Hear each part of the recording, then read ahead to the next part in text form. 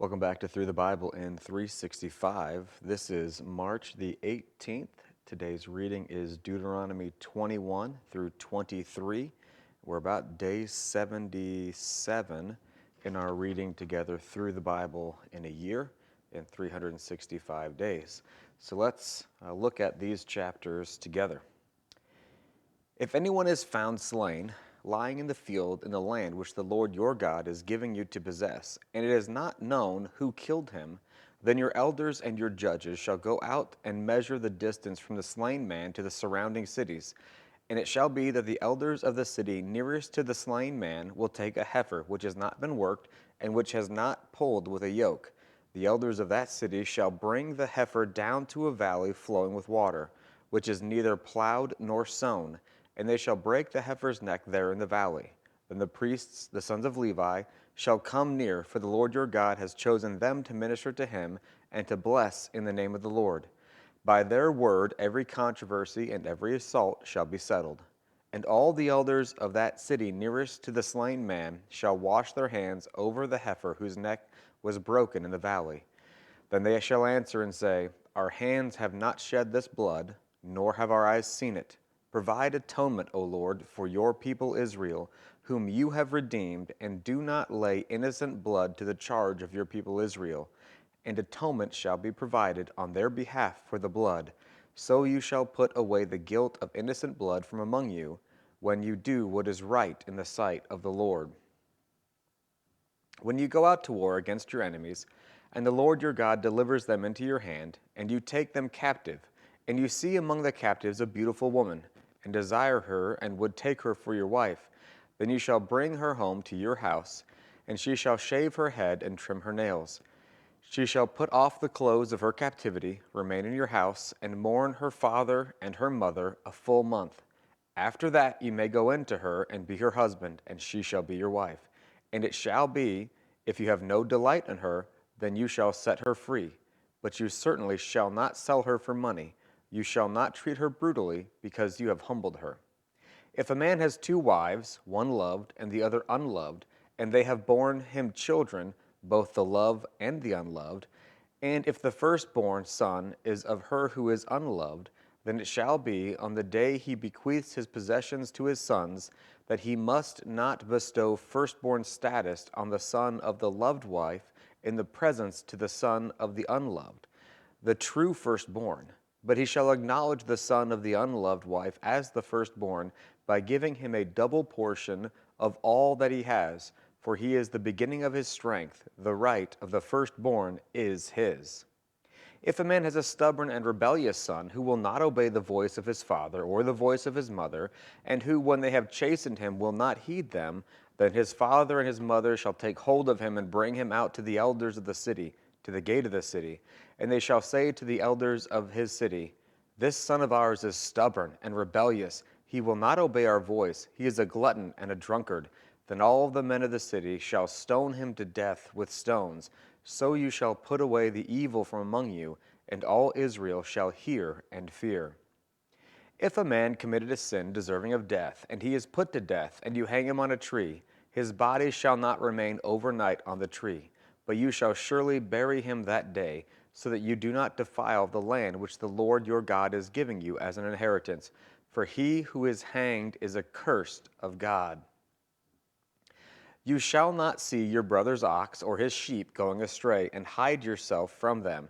You shall certainly bring them back to your brother.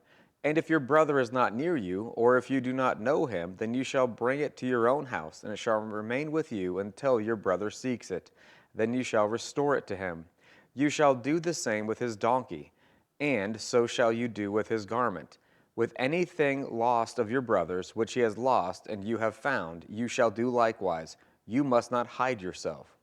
You shall not see your brother's donkey or his ox fall down along the road, and hide yourself from them. You shall surely help him lift them up again. A woman shall not wear anything that pertains to a man, nor shall a man put on a woman's garment, for all who do so are an abomination to the Lord your God. If a bird's nest happens to be before you along the way, in any tree or on the ground, with young ones or eggs, with the mother sitting on the young or the eggs, You shall not take the mother with the young. You shall surely let the mother go, and take the young for yourself, that it may be well with you, and that you may prolong your days. When you build a new house, then you shall make a parapet for your roof, that you may not bring the guilt of bloodshed on your household if anyone falls from it.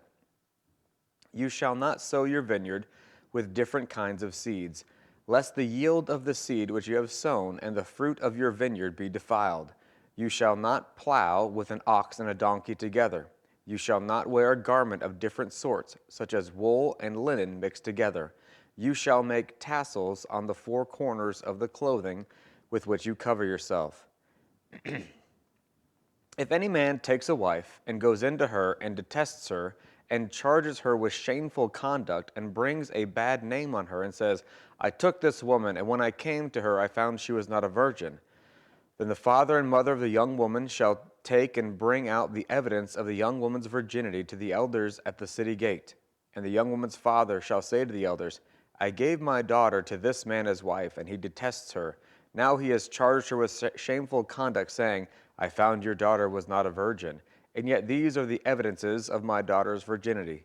And they shall spread the cloth before the elders of the city. Then the elders of that city shall take that man and punish him. And they shall fine him 100 shekels of silver, and give them to the father of the young woman, because he has brought a bad name on a virgin of Israel. And she shall be his wife. He cannot divorce her all his days. But if the thing is true, and the evidences of virginity are not found for the young woman, then they shall bring out the young woman to the door of her father's house, and the men of her city shall stone her to death with stones, because she has done a disgraceful thing in Israel, to play the harlot in her father's house. So you shall put away the evil from among you.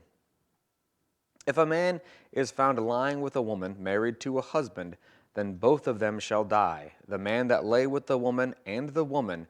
So you shall put away the evil from Israel.